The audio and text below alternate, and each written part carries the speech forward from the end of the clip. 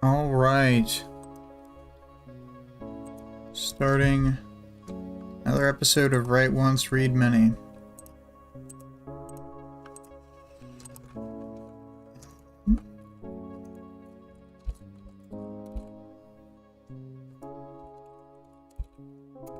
Got the link out there. Starting up the speed draw.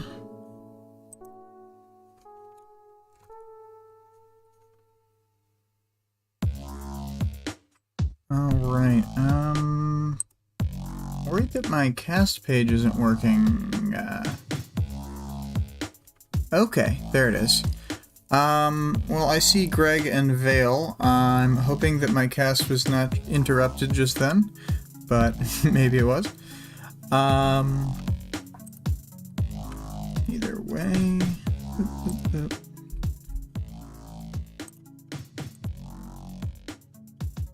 No visuals. Okay, there we go.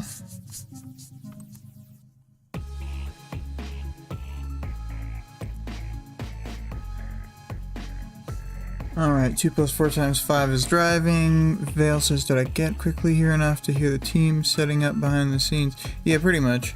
And the art gods, they will forgive Vic. As requested. But, let's see here. Alright. I ended up writing, like, a lot in 12.7, even though I intended to write, like, a lot less for 12.7, and then I just sped through 12.8's thing. Vale says, what was the forgive me text? It was too fast. It was, the art gods forgiving Vic for... Let's see what it said.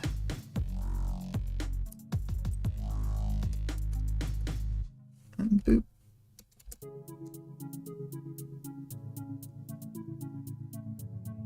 Oh, that went back further than I wanted, I guess. For all the tracing today.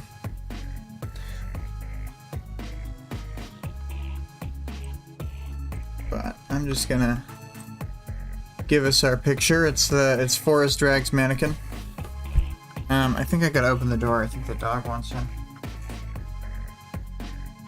As always, the dog will always want both in and out at all times. So anyway, audience participation reminder. We got, if you could create a counter power specifically designed to deal with mannequin, what would it look like? Or what would that look like? For themes, the theme is Taylor being self-critical. I can't save anyone. Vale says beautiful as always about the art. Yeah, she's all, I can't save anyone, even though she saves almost everybody, and, like, does way more than the heroes in terms of prepping the city to get, glass exploded. And, you know, she's done tons, run around, done all this fighting, and she's just always like, damn, couldn't win even a single time. Oh, I forgot to say, the, theme of, nope, I lost it, whatever I was gonna say just there. Lost the ages. So my only theme will be the one I just said. Wow, I'm really struggling to think of whatever the hell I was just thinking of. I was like, oh, this is a great insight, but apparently it was not.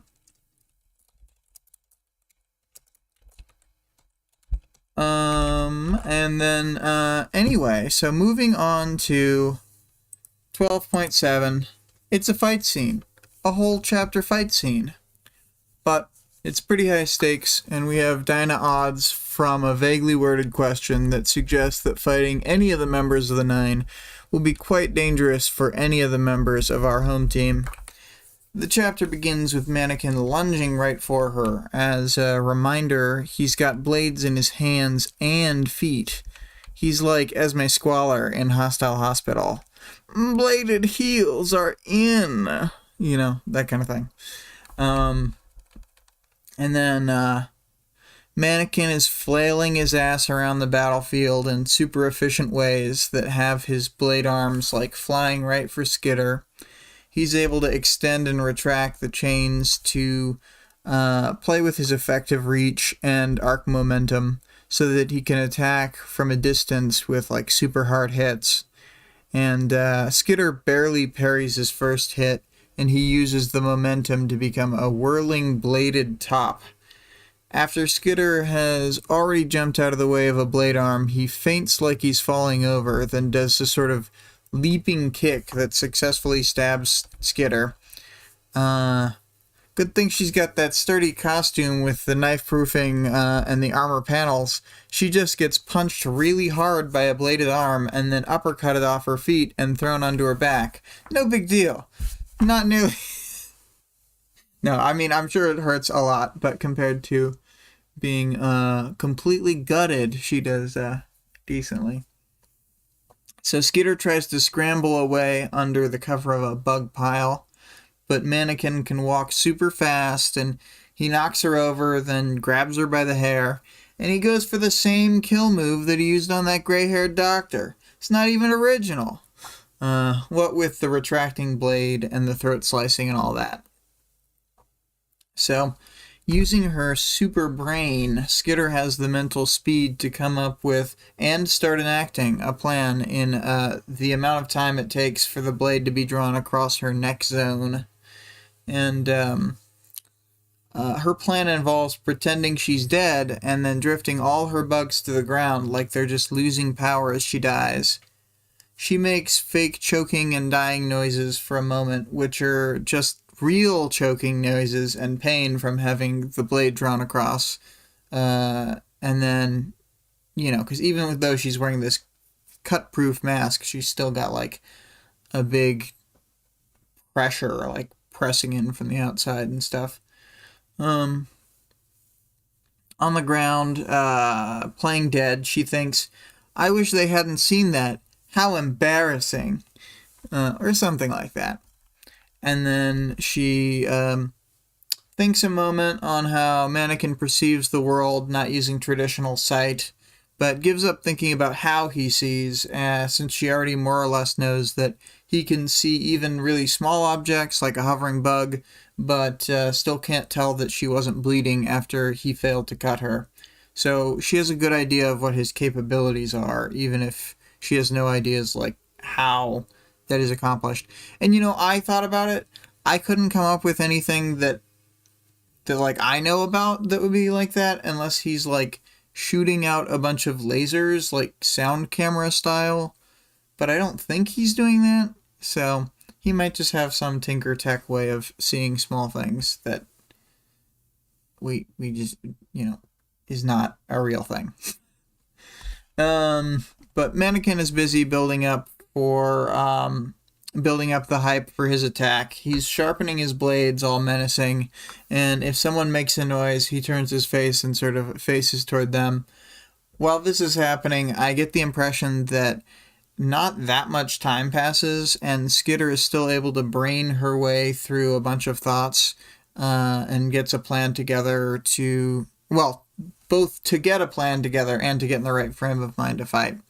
So she thinks he probably has to use really stripped down tech that's really efficient, since the closed system is like his body, and he can only take away so much. Although she does think about how he can take away like his whole circulatory system, including like his heart and his blood and bone marrow. Don't need any of that junk. So something that she does a lot happens here, where Skitter directly thinks through what she would do with the other person's power to gain insight into what their weaknesses might be. And sometimes people think she's being harsh when she does this with other characters, and she's like, I could use their power way better than they do it. But we see that most of the time when she's fighting someone really dangerous, she doesn't have those sorts of thoughts. So I always looked at this as a sign that she probably could actually have done a lot like more creative and effective things with other people's powers. You know, when they're kind of a bumbling parahuman, or when they just don't really max out anything they do. But she, like, never thinks that about Mannequin. She's never like, I could do way better with his power. She's like, oh my god, he's so fucking good. After she feels like she's getting a sense of him, Skitter decides that she needs to start thinking like a bug. And once she does, she almost immediately comes up with a plan that then gets doled out to us as it happens.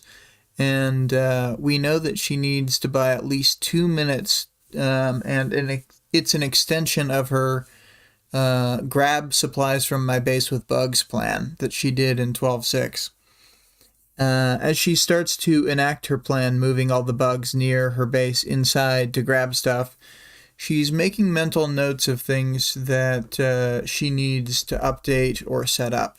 An opening for bugs to get in and out, a clock with hands to have bugs ride on it so that she always has a way to keep track of time in her bug brain. And right when she's thinking that the longer she can wait on the ground, the less she needs to hold out against Mannequin in actual combat. And then right then, some kid breaks the ice, the murder ice, by telling his mom that he didn't want to be there. So, you know, these damn kids and their their reasonable fear responses. At this point, Mannequin goes perfectly still, and Skitter gets up right away to distract him before he starts just killing everyone in the room. So, you know, she yells, Mannequin! Yeah! You didn't get me! Hey! Come on! Fight me! It's really funny. Val, the stupid kid trope always bothers you, but I will say this is a very, as far as stupid kids, this is a very reasonable moment. I don't think that this is the reaction of all children's, I think. Vale says, I'm getting old and cranky, but thankfully it's just specifically to the stupid kid trope. Okay. Just, you know, when the stupid kids are the stupid kids in real life, you're gonna have to worry. But Mannequin keeps walking toward his victims, and Skitter runs after him. She thinks if she was more hardcore, she might be able to wait while he killed the civilians to make sure she succeeded, and it would have been more safe. Anyway, she tackles the back of Mannequin's legs. Not all of his precarious balance was an act, and she just knocks him the fuck over. The woman runs with her kid, but Mannequin still manages to stab her in the leg. Someone else helps her run off, though. And Mannequin starts showing off, using one of his tackled legs to put Skitter in a headlock. Then he does a sort of blade helicopter thing with his right leg. Some of the time I do have a hard time picturing, like, what the fuck he's doing. Like, even if I mostly get it, I'm kind of like, huh. Oh, let's see here. Vale says, my wife wanted me to watch a sci-fi horror show with her. First dramatic scene has a stupid kid open a window to allow the murderer thing in. I'm overburdened by this. Yeah. I cannot go on.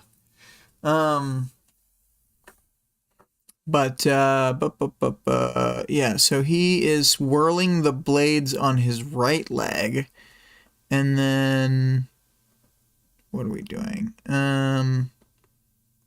Yeah, Skitter hits the blades with the baton, but they're going fast enough that she loses the weapon, and then he tries to start the spinning again, but kind of gives up on it early on, and then she shifts around and he holds himself up with 2 arms and a leg and uses his like left leg that was like headlocking her to just hold her up in the air by the neck. And it's not like choking her, but all of her weight is pulling down on her neck, so it does hurt a lot. And in a classic moment of recklessness, she stabs the joint of the leg right next to her own face, just like wildly stabbing toward her own face with a knife. And then, giving up on whatever he was doing, Mannequin grabs her by the face and throws her across the room into a pile of wooden boards and screws. Then he tries to reel her back in, and she uses the combat knife to pry his hand off her face. The pain from being thrown around was belatedly making itself known. Bruises I could deal with, just so long as my body moved where and when I needed it to. She's like, pain is nothing. She's a real Terminator. Yeah.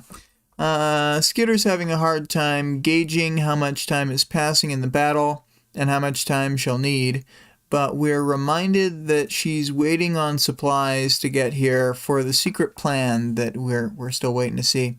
She's not confident about how long she can hold out, or even if the plan will work, but she's determined.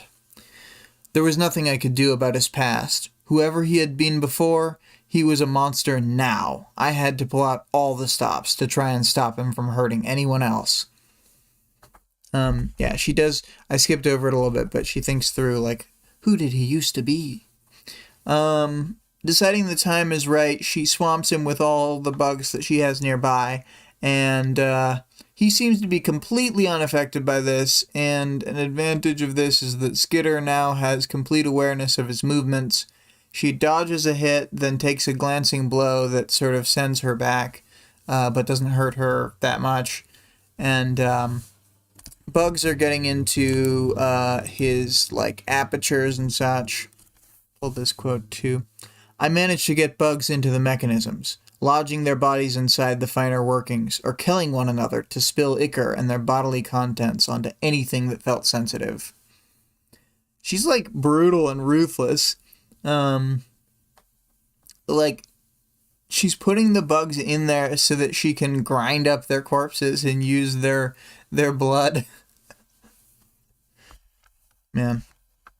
Typical bug brain. So Mannequin steps back, retracts all the blades, then there's some internal heat and pressure wave that wipes out all the bugs.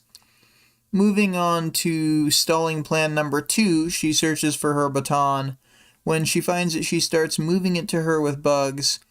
And now he's attacking in like a frenzied way, like he's pissed off. She thinks he's getting more emotional throughout the fight, but it's hard to tell. So he does another blade top maneuver, but this time he combos in an extending leg kick to knock Skitter over again. And Mannequin notices the baton moving across the floor and kicks it away. Standing up from the wood pile, she improvises an old, like, piece of wood as a weapon, like a crappy 2x4, basically. She says it's all weather-worn.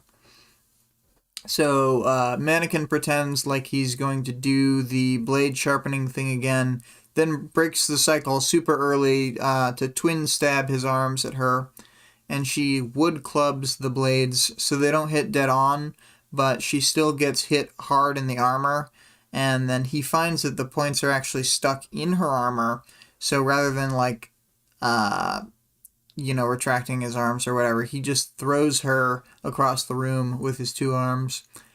And then she's been hurt again, but her swarm finally arrives. They sweep over Mannequin, but since she already made the first ineffective attempt with the swarm earlier, he's not worried and keeps going like they're not even there.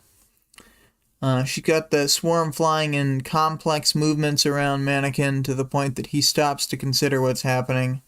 The bugs keep moving in and out and around, while he keeps engaging her in melee combat.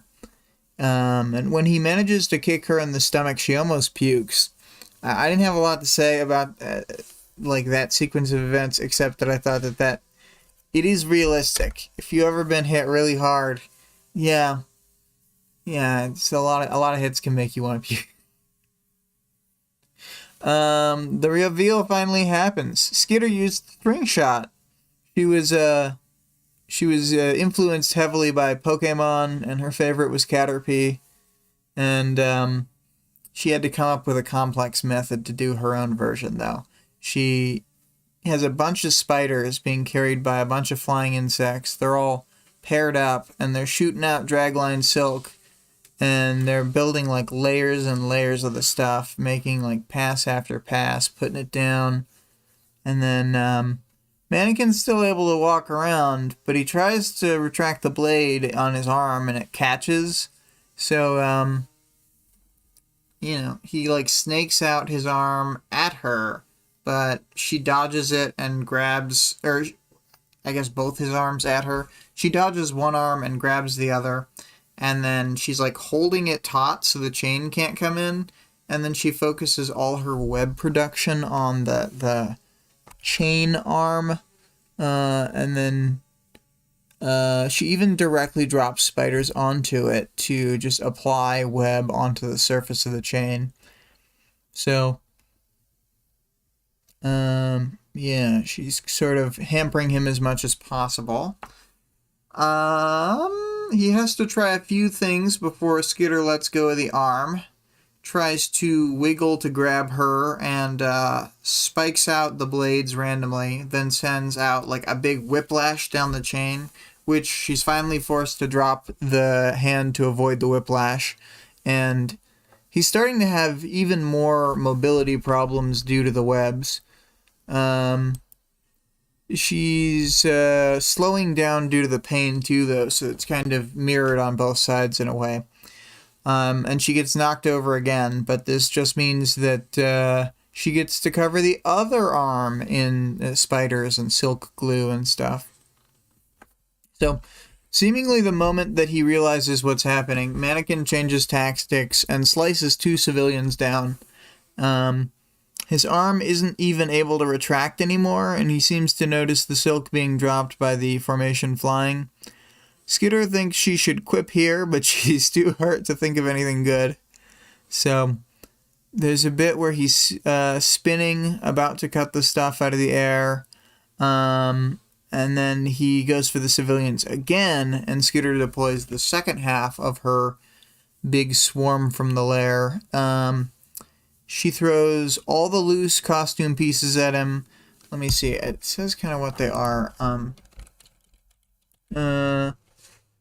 It's the masks I'd made as trial runs, the belts and straps. As with the silk that drifted in the air, they were caught by the blades rather than being cut. So yeah, she put all the cloths from the partial costumes and all that stuff. And he's a mess.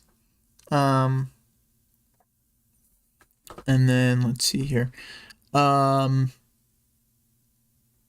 So there's bottles of glue and paint and stuff that she brought in with that same wave, and they're destroyed by the blades, leaving the contents all over Mannequin's body. And all the paint pigment powder and stuff, it's all highlighting where all the seams and the slots and everything on his body are for her to see. So she swings in another mighty blow with another 2x4 she's got here, and manages to knock him into being like a limp heap on the ground. He reels in his parts, but she throws the now disconnected left arm away from him and grabs his head, and she starts like pulling on it and dragging the body.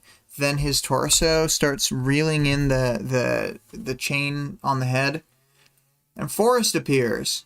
We know his name because we've read the story before. And there he is on the image, in a red shirt with black stripes. He's like Linus from Charlie Brown. With his striped shirt. That's right. That's the only characteristic of Linus.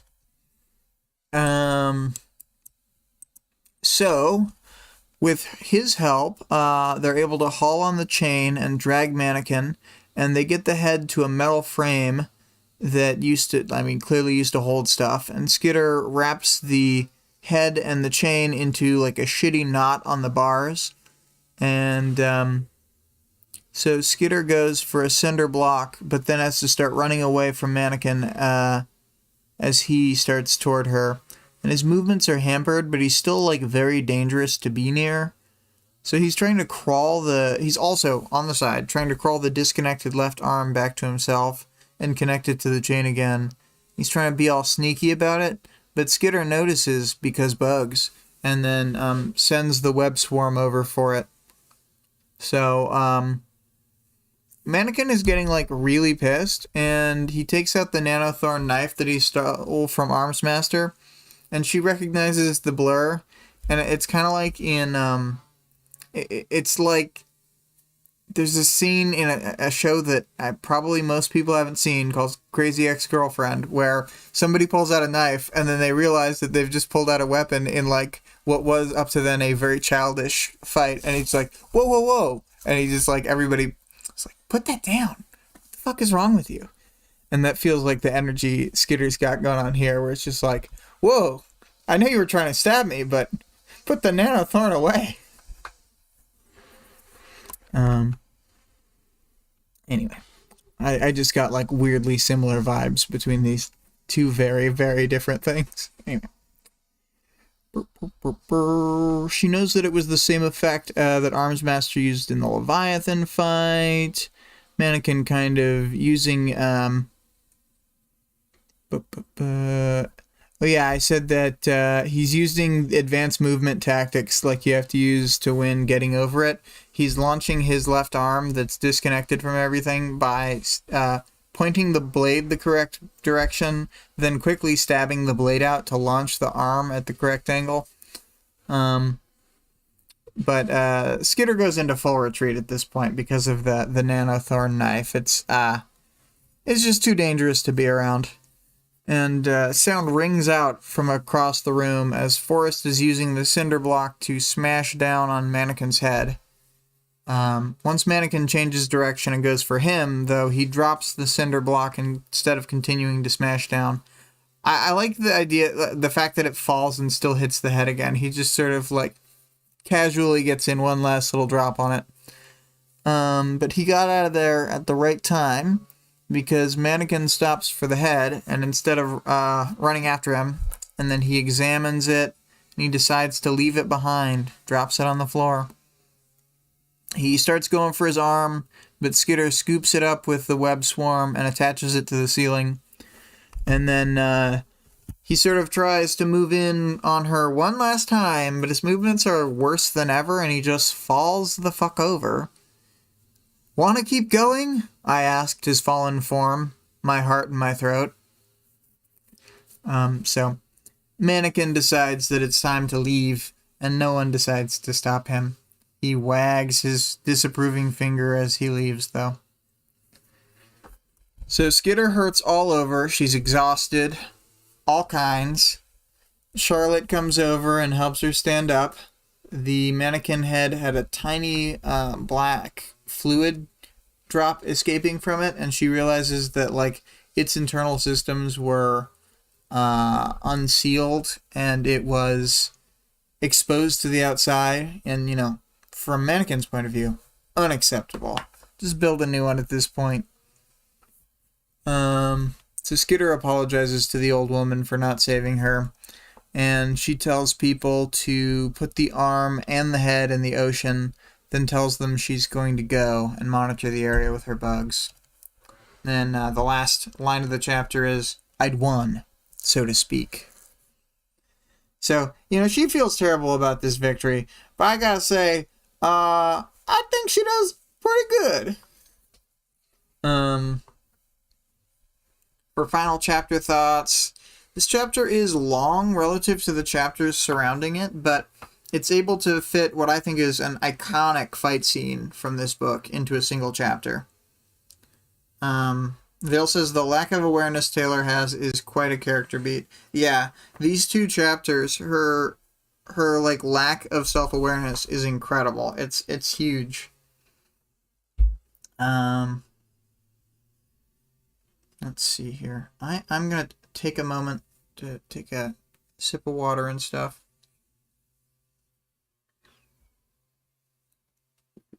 Greg says, It is pretty long relative to chapters so far. Yeah, there have only been a few other chapters so far that are this long or longer.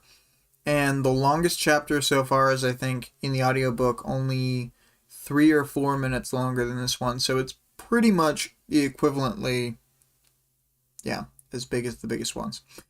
And there will be some quite expansive ones later on, but it's like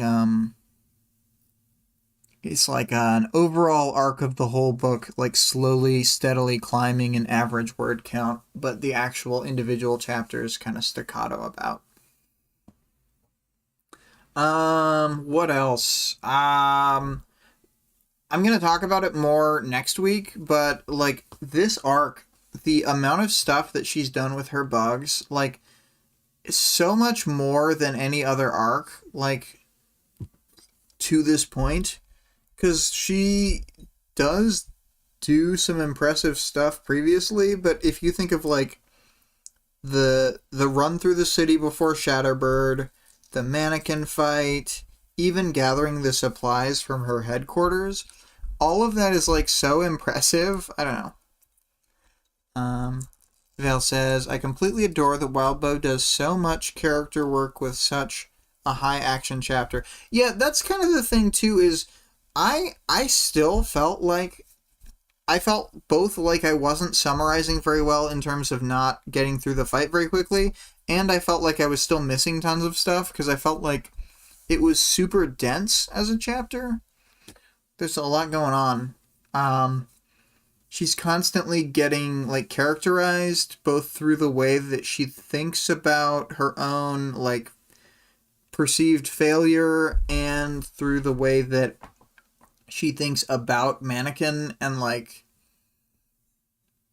I guess she has like a really practical way of thinking in a lot of situations because she has a lot of she's got a lot of mental room because she can think so much faster than a regular human could.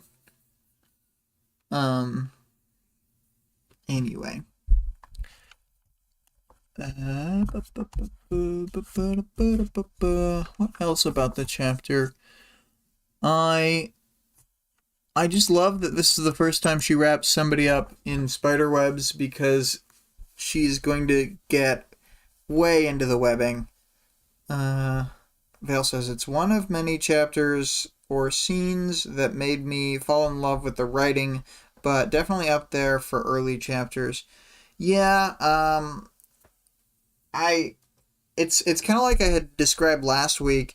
This chapter made me feel like the clouds had parted and like the storms were ending. Like we weren't so dead under the weight of the Slaughterhouse 9 all being here, and they were beatable, and these fights were not not that they weren't dangerous, but like that they weren't as overwhelmingly unwinnable kind of thing.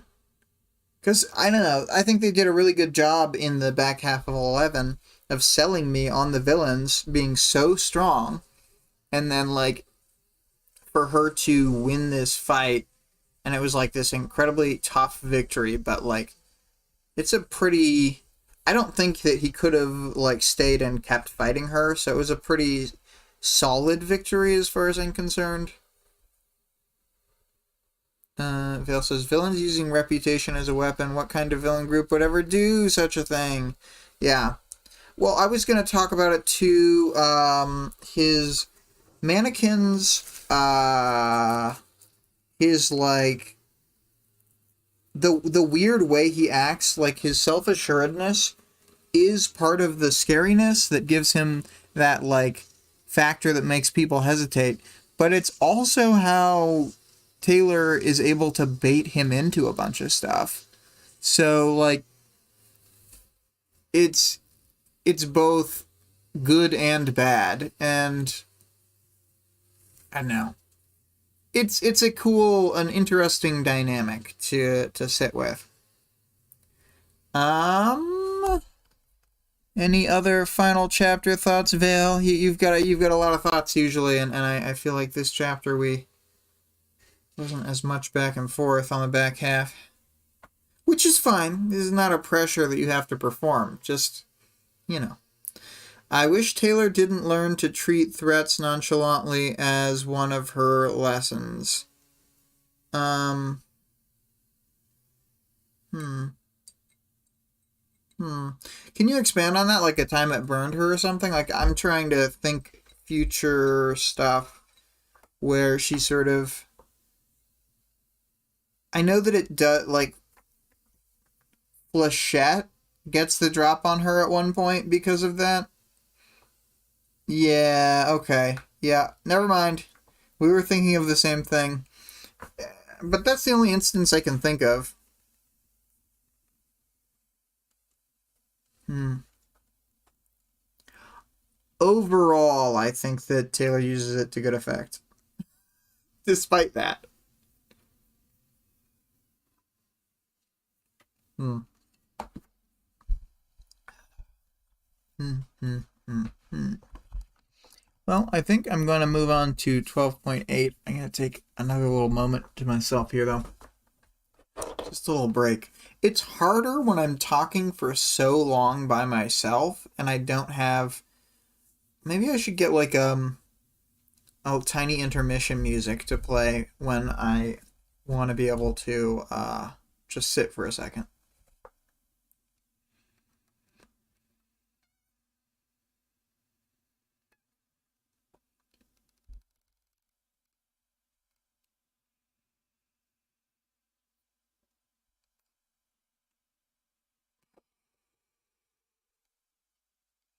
Yeah, Bill says she tends to learn these lessons and use them over time. The whole attitude of not treating threats as threats doesn't stick beyond that time. Oh, you could also just freestyle rap to sit and relax if that is relaxing for you. But part of it is I want moments where I'm not talking so that I can sit. Like, weird stuff happens if I talk for over an hour. Like, literally, my lips start to tingle if I solo talk for that long. It has never happened in a normal conversation or like any back and forth that I have with another person. But when it's just me, that starts happening. Because normally, like, they get a little time to sort of stop.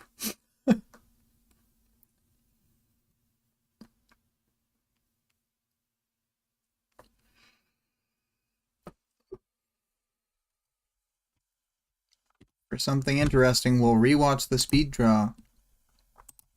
Everybody loves that.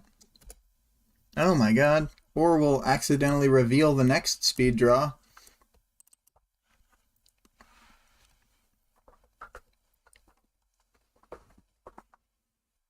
Are you silencing the mic and making raspberry noises between segments? Yes, definitely. I do that all the time. Mm-hmm.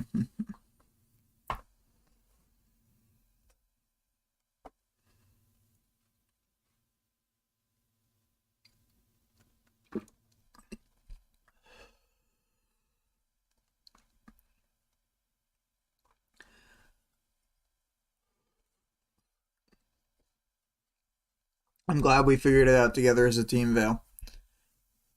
Definitely the answer. I also, you know, need time to vape. Sometimes. Sometimes.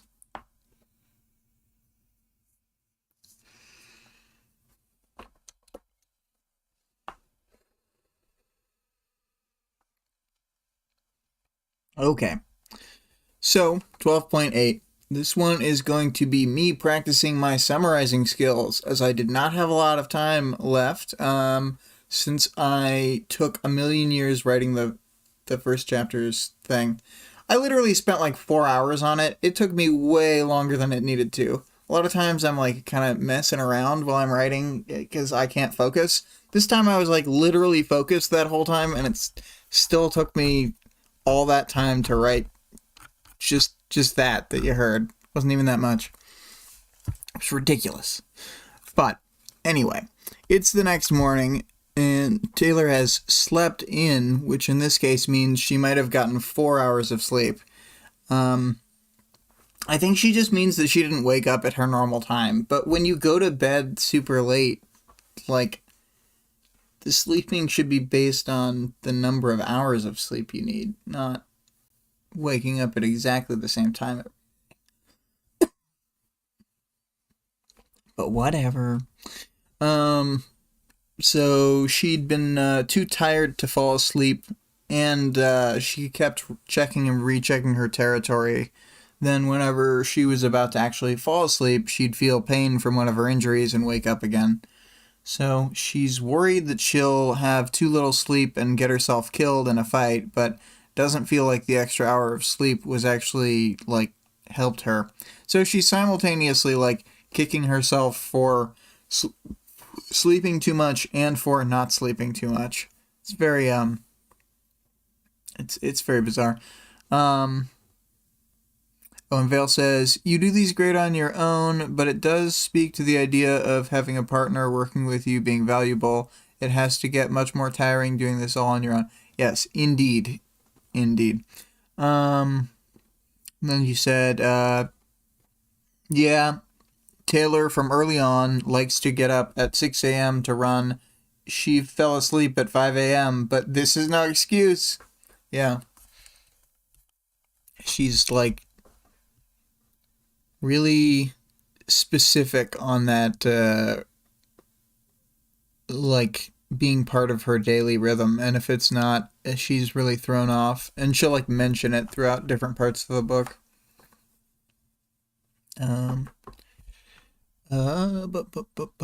She thinks through what injuries she has. There are a bunch, and they're all over her body.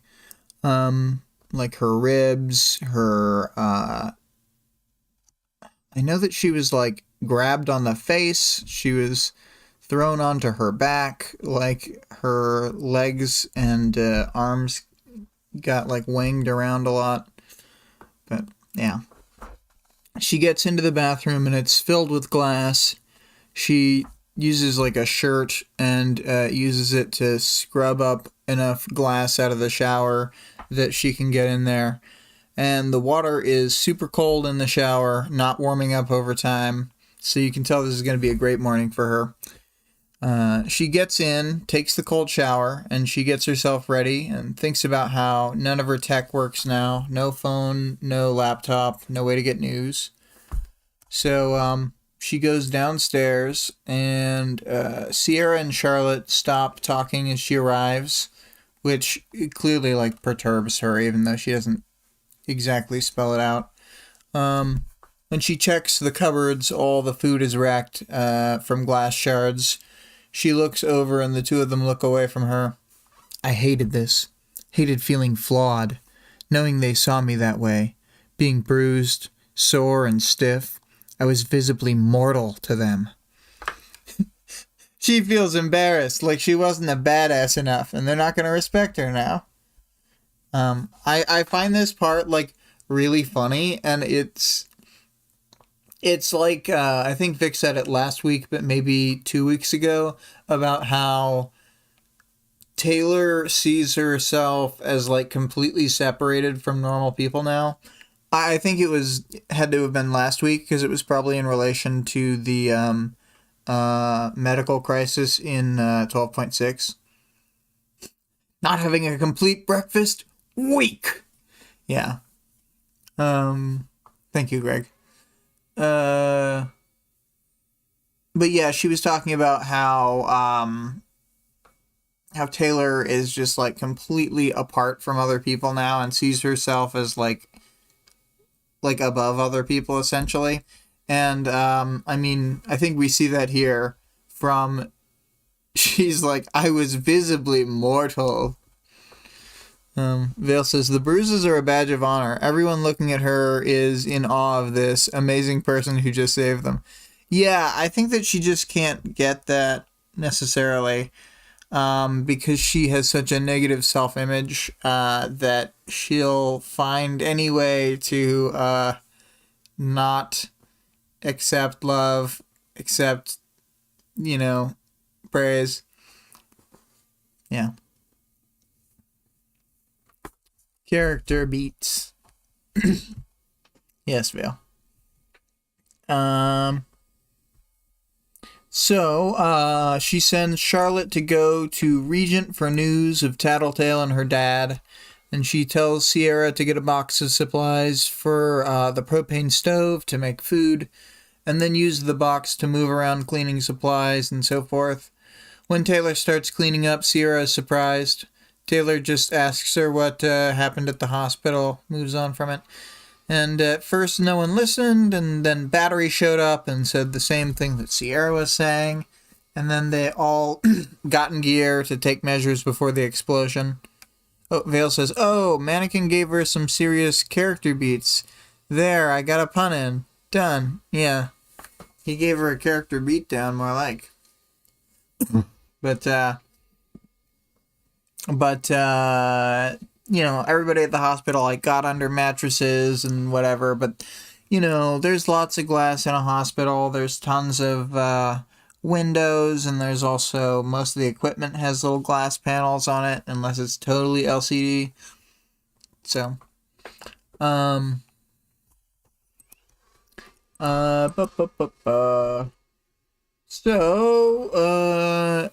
Sierra brings up a rumor that she had heard in the, not that night, but previously at the hospital, about the event Taylor and Armsmaster, etc., had at the hospital after the the Leviathan fight. And Taylor tells her essentially that she tried to be a hero, but she realized that she'd rather have Tattletale and Gru at her back than Armsmaster's people. And then Sierra is really surprised by this, and then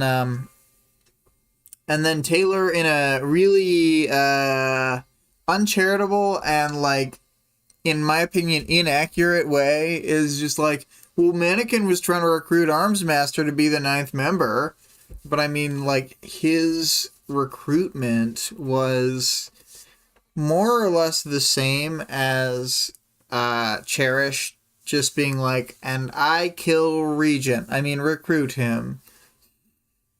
So, or nominate or whatever. Vale says, "What word do you think she was really going to use? I've never figured it out at all." Let me see.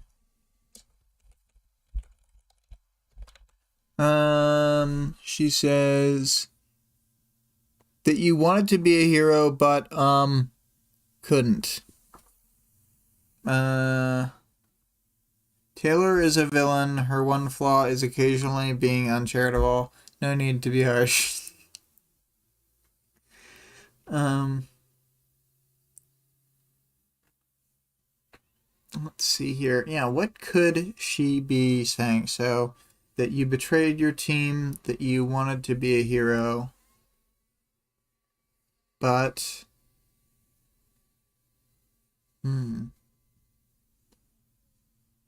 I'm not sure what other word she'd use either. Maybe she was just trying to come up with a word that encompassed it well. Because I'm not sure how else to end that sentence. Because I don't think she would say failed.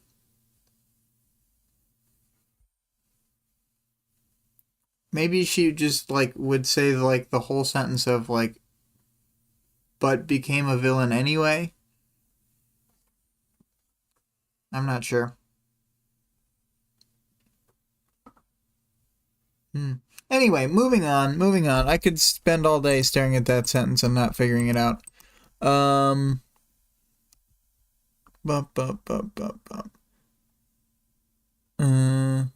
Vale says, I lean to the sentence too. Sorry. Yeah. Sierra brings, no, I already said that. She also, so Taylor goes to clean upstairs and tells, Sierra that,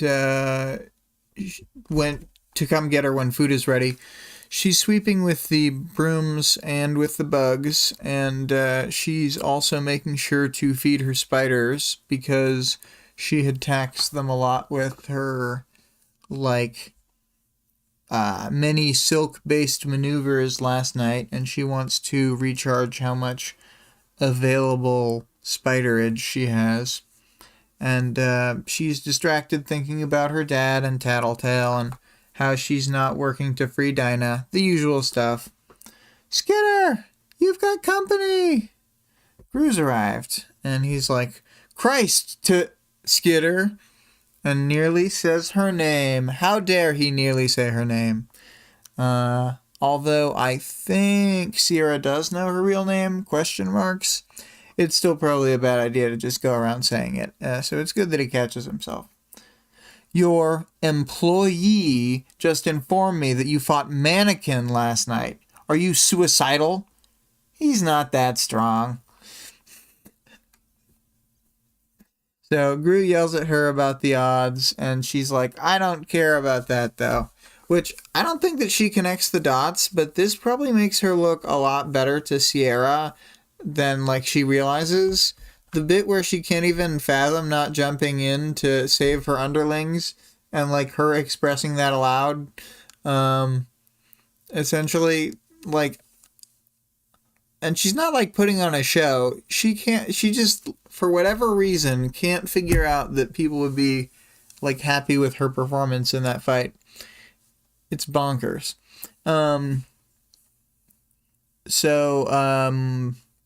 Gru more or less tells Sierra to scram, and then Taylor asks about Lisa and her dad. Gru says they're fine. He is surprised about Lisa being fine with her face being fucked up, but Taylor says she might be covering for her emotions, like how she throws herself into battle. Vale says, completely agree. Sierra is super impacted by this interaction. Her first interaction, Skidder saves her brother. She sees her always trying. Then this is where she could easily die and doesn't shrink back. Yeah. Because, like, fighting the merchants is one thing to save the brother. Like, it seems big from, like, a normal perspective, but from a parahuman perspective, that wasn't actually that dangerous of a situation. Like, they just get up to way higher stakes stuff a lot. And then,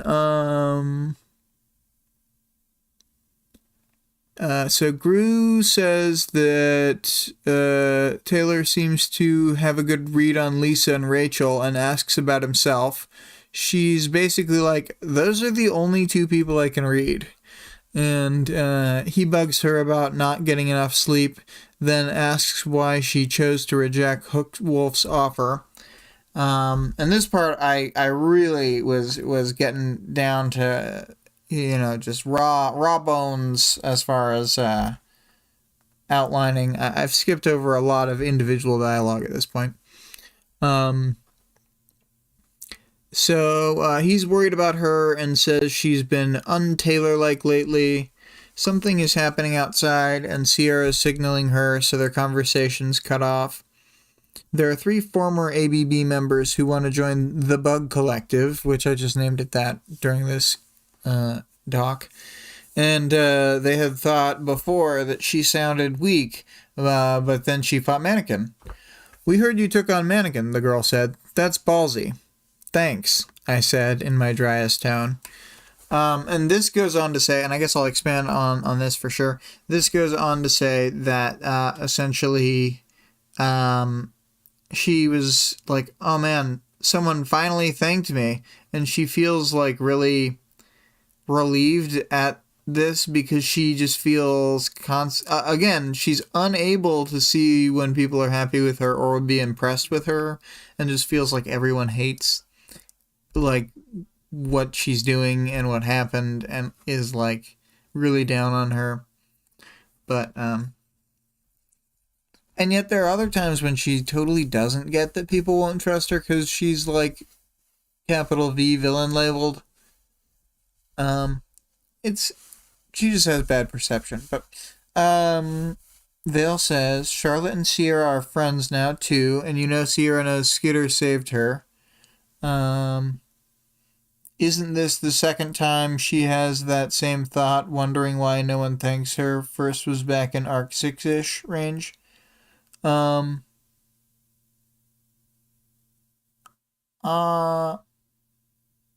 be in Arc 6. What I was thinking is I'm not sure. I do remember that she has that thought, but I'm just not sure what moment it's associated with. Anyway. So she lets them join the gang, but no starting violence, no drug dealing, no prostitution, no threatening people, and no drug use or drinking unless it's 100% limited to your own time. So Skitter's greatest character flaw, she's straight edge. Her first job for these new recruits is to start fixing up a warehouse and make it a barracks. A bunch of other people also want to join her. Gru says that she's going too fast, even though before he was going on and on about how she wasn't being aggressive enough and going too hard enough. There's just no winning with this dude. So he presses her for information. He knows, he needs to know why she won't back down on stuff. And then here was the leap of faith, the test of my trust in him. Because if I don't amaze Coil, if I don't force his hand and give him absolutely no reason to say I failed, he's going to keep Dinah. If he does, the only way to free her is going to be if Tattletale and I take Coil down. And I don't think we'd succeed. Let's see here.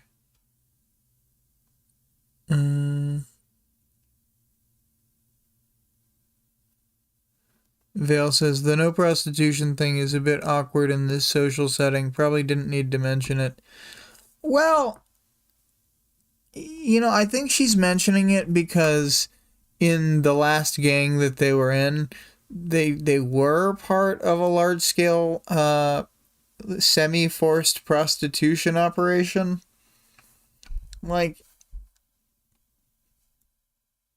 think that she just wanted to indicate to them it's gonna be different this time.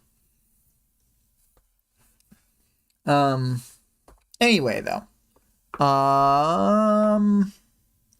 So I really sped through that. Final chapter thoughts. I think this is a great denouement chapter. Another great one. I think,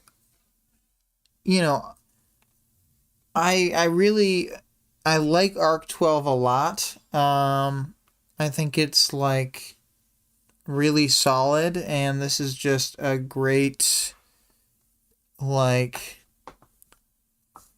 wind down chapter before you get wound back up with I think is it Jack, the very next chapter? Let's look. I don't feel like keeping the interlude character secret is any sort of must in most situations. Yeah, the very next chapter is Jack, so it's right back into high gear, kind of and I don't mean it's not an intense action chapter or anything, but it's high emotional tension gear of bad stuff could happen because it's Jack.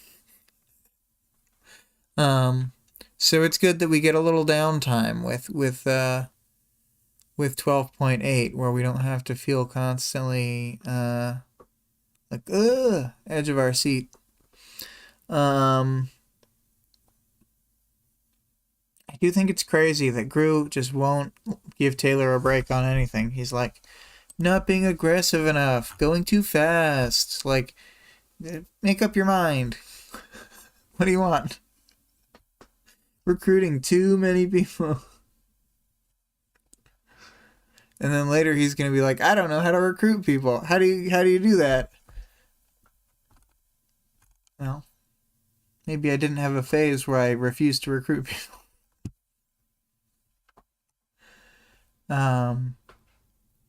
So chapter thoughts. I don't know. It was a good one. I don't have like that much that coalesced into my mind about this specific one. I think it's really good character interactions between the various people.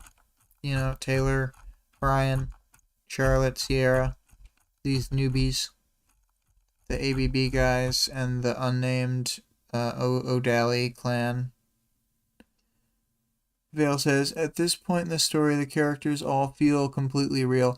Yeah. It feels like two people talking to each other rather than kind of like just there's like a line where it sort of feels like writing constructs, and it's hard to like say exactly where that is, but I can definitely feel that in some stories where it's just like, oh, and shit, I did not.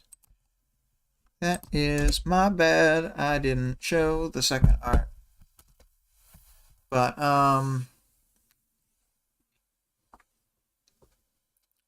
it is the two girls.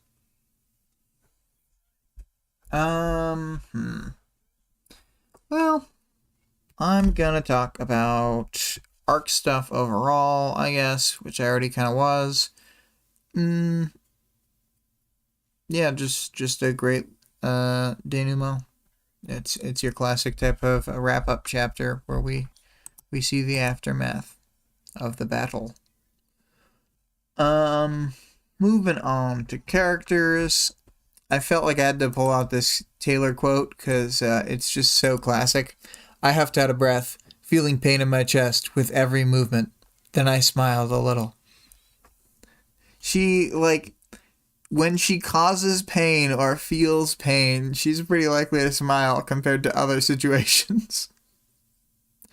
And Mannequin, I didn't know where to fit it in the chapter summary, but I felt like he was never, he didn't engage with the fight in full capacity until it was too late, and so I wrote he was toying with her, the mannequin.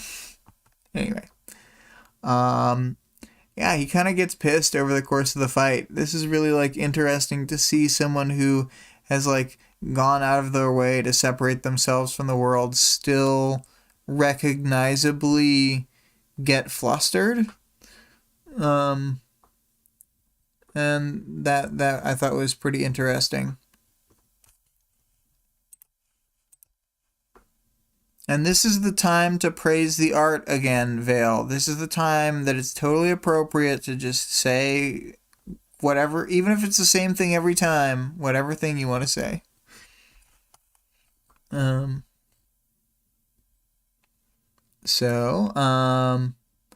Then Forrest, the art is excellent as always. Yep. Forrest says it was a burly bystander that with a thick black beard, thick rimmed glasses, and a red and black striped T-shirt. One of my people. So yeah, he's from before. He wasn't wearing a shirt because he had taken it off so his mom could hold it to her face. But somehow between that scene and this scene, he had gotten a shirt.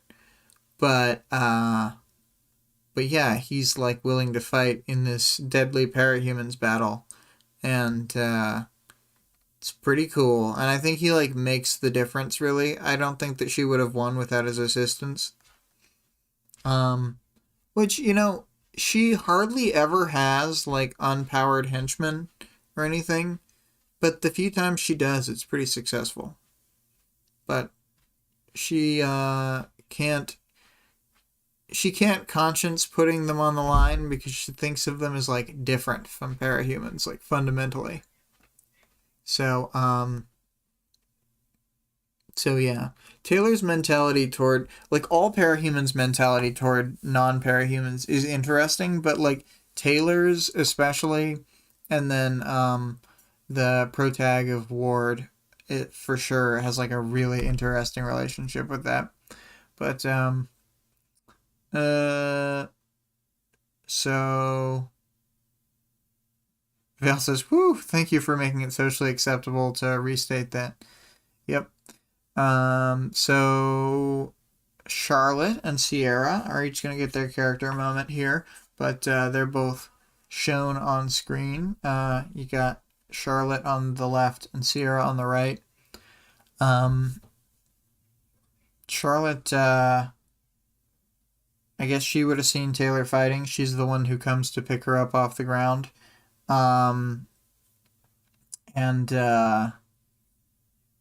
They're both like talking. It's hard to know exactly what they were saying, but I just don't think it's as negative to Taylor as she imagines. I think she's just got like the worst idea in her head, like, everyone hates me. All of them. No one understands me. And I'm an edgy teen. That kind of stuff. They're cool, but I don't have a lot to say about them. They're good. They're good to have as employees, henchmen, etc. Although, I wouldn't bring either of them into a fight. Brian.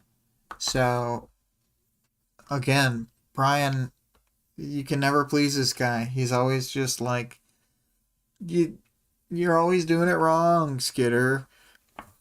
Why aren't you building your territory exactly like me or whatever? Even though his territory is not that built up or whatever. I don't know. He's being unfair. Vale says Taylor defends herself by making sure nobody can think less of her than she thinks of herself. Yes. A sad reality. But Gru is... Well, Brian's all upset that Taylor fought.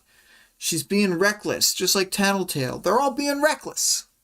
And while true, what else do you expect? And, like, really, she would have lost a lot of standing if she just let all those people die or whatever. No, I'm going to leave. I'm just going to leave this warehouse full of civilians who are all definitely, like, going to die. I mean, it's a practically Russian Terminator problem. It's like, you got a problem. You're going to die. He's just walking around killing people. Oh, Mannequin. What an asshole. He's really like one of the worst ones.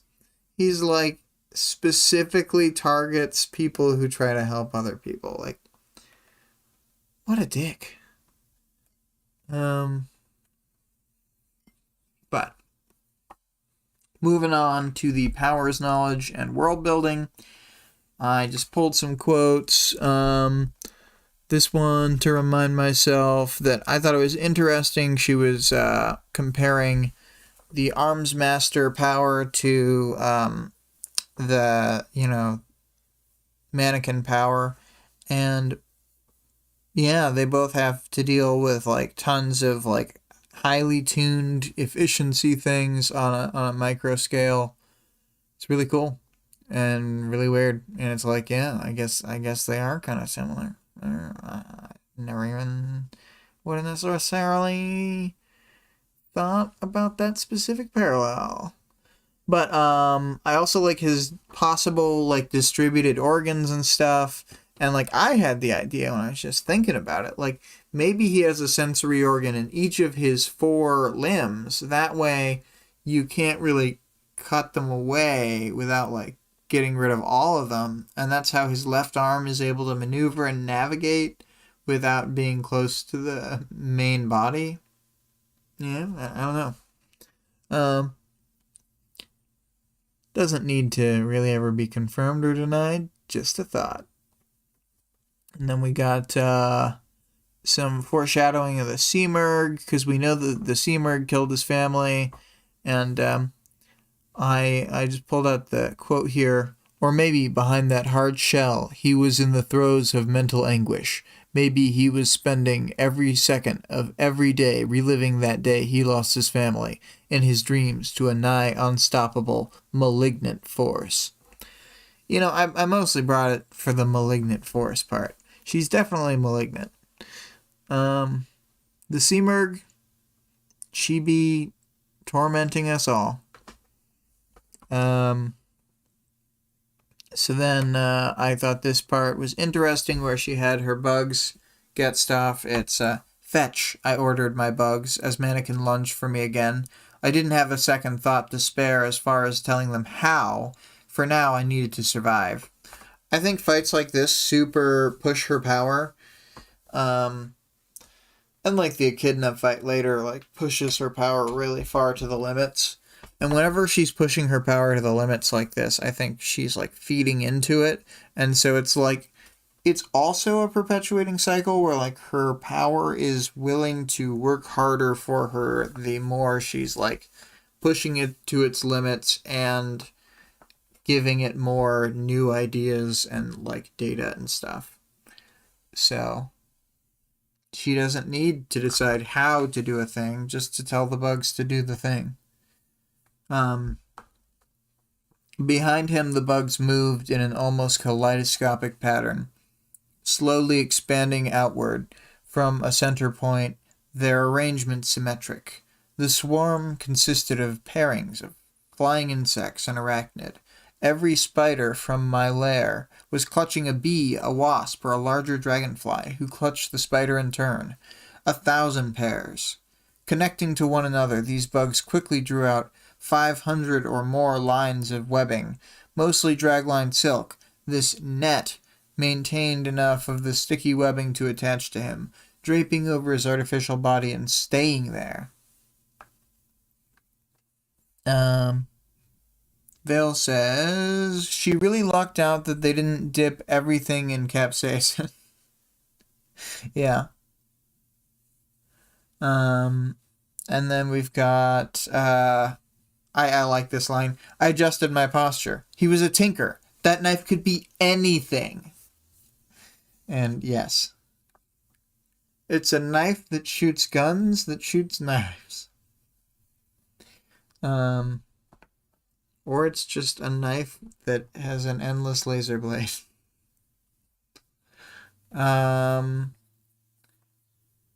I think that's the end of that. I'm going to talk about the audience participation.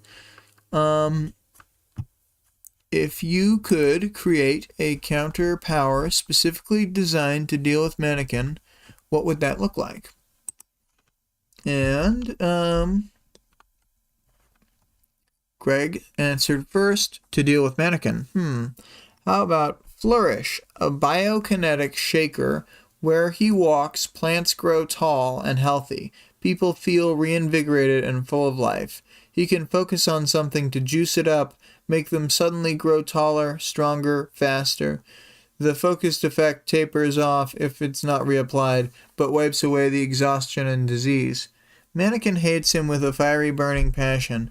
Not only is he making the world a better place, but but being in Flourish's shaker radius makes Mannequin profoundly uncomfortable as the carefully contained organs swell and work in overtime. And when Flourish noticed that and hit Mannequin with the juice, it threw him completely out of whack. He managed to stagger drunkenly away, but it took him nearly a full month to recover. Pictured here the effect on Mannequin. And it is a GIF that I am not going to move over to the thing, but it's the Grinch's heart growing 3 sizes. Vale says, I thought about this a bit during the week, and Mannequin is such a weak cape. I know he's a great in a scrapper-style fight and versus anyone who relies on fighting skill, but the ways to beat him are just so common and prevalent. Foil could one-shot him, Clock Blocker could put him in a position to be easily defeated, Ballistic would destroy him, Sundancer too, Laser Dream could almost certainly take him out with complete ease. I think Mannequin / Skitter was the perfect fight in that his power is being a jerk first and trying to win second. And Skitter has a suspicious, in retrospect, bunch of ideas for how to fight this sort of foe come to mind. Then she goes through them and uses them. All that said, if I had to counterpower him, it would be a power set fundamentally affects the toughness/hardness of anything they fight. The ability to turn ceramics to jello, for example, would be super effective. Yeah. And then I think like any basic power, like just Damsel of Distress, just blow him away. But the problem a lot of the time is he's just so like movie, and he's so deceptive in the way he sort of moves about, and he's much stronger than a normal human. So he's got like brute and mover style stuff along with like possible payloads of tons of different things. I know he doesn't come to bear with like that much. He's just kind of like couldn't fight anyone with a high enough like defensive brute rating because he couldn't really cut them, but he could go around just murdering people, and it would be hard for most brutes to really lock him down. But you know, it's just some powers are really good against other powers. I think he's good against a lot of capes. Then 2 + 4 × 5 said, yeah, turn any non-biological material as weak as wet toilet paper would probably counter Mannequin. Yeah. Yeah, because he'd just fall apart. All of his stuff would... Oh, man, that'd be crazy. All of his organs would just, like, squidge and thump out of his casing. Wow. Creepy stuff. The issue with Mannequin, and why I think he is weaker than most brutes, is his toughness is ceramic, basically. Most brute parahumans have handwave power toughness. Yeah, I suppose. Yeah. If I were to create a power to specifically counter Mannequin,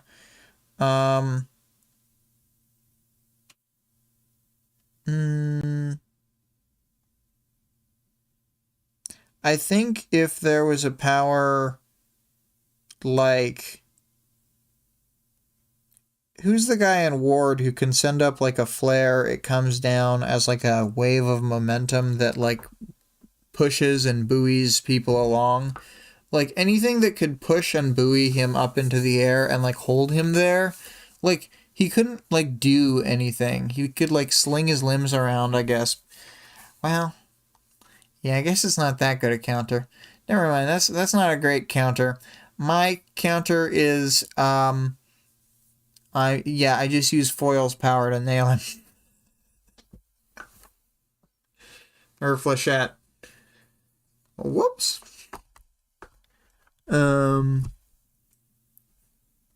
Alright, and then...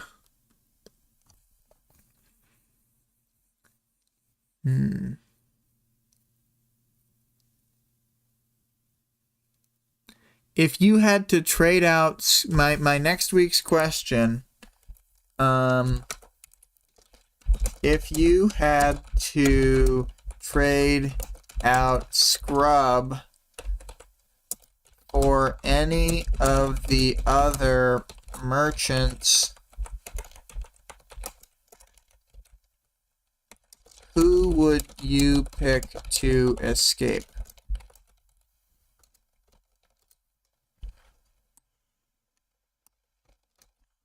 What's the next chapter after that? It's the...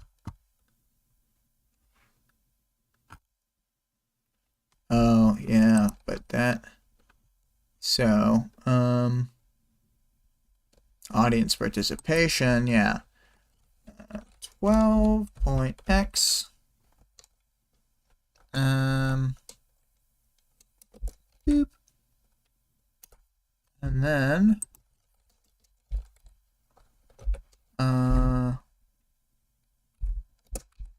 for 12.y, 12.y, we need a question because they're very different interludes. So for 12.y,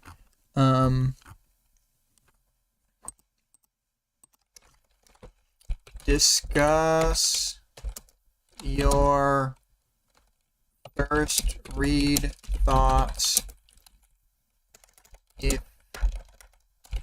you can remember them on Cauldron.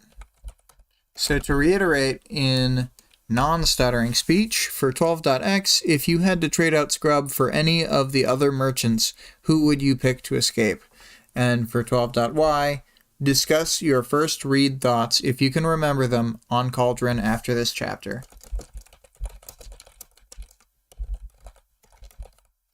Yeah.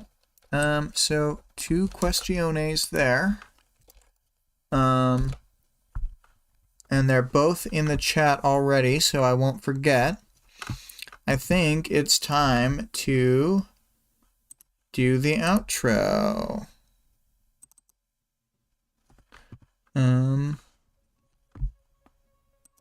Let's see here. So, for the links, as always, we've got our Discord server link in the channel description and the stream description. The music used in this episode is Infestation by ScarlettXOX, who can be found at twitch.tv/Scarlett_Rogue. The author of the work being discussed can be supported on Patreon at patreon.com/Wildbow. The full text of the work is available for free online at parahumans.wordpress.com, and there's also a fan-made audiobook of the entire work at audioworm.rain-online.org. It's also on YouTube or any podcast app, including Spotify, so, you can get the audiobook very easily. Vale says,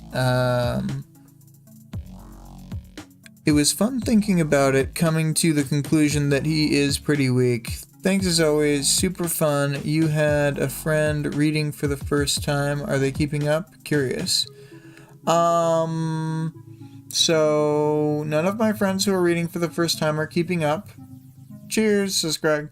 But we've got one of my friends in, I think, Arc 5, at the start of Arc 5. And then another one of my friends is still in Arc 3. So both fairly early in the story. But anyway. Yeah. I'm probably gonna mute my mic and kinda bail and just cut it off with the music. So bye-bye.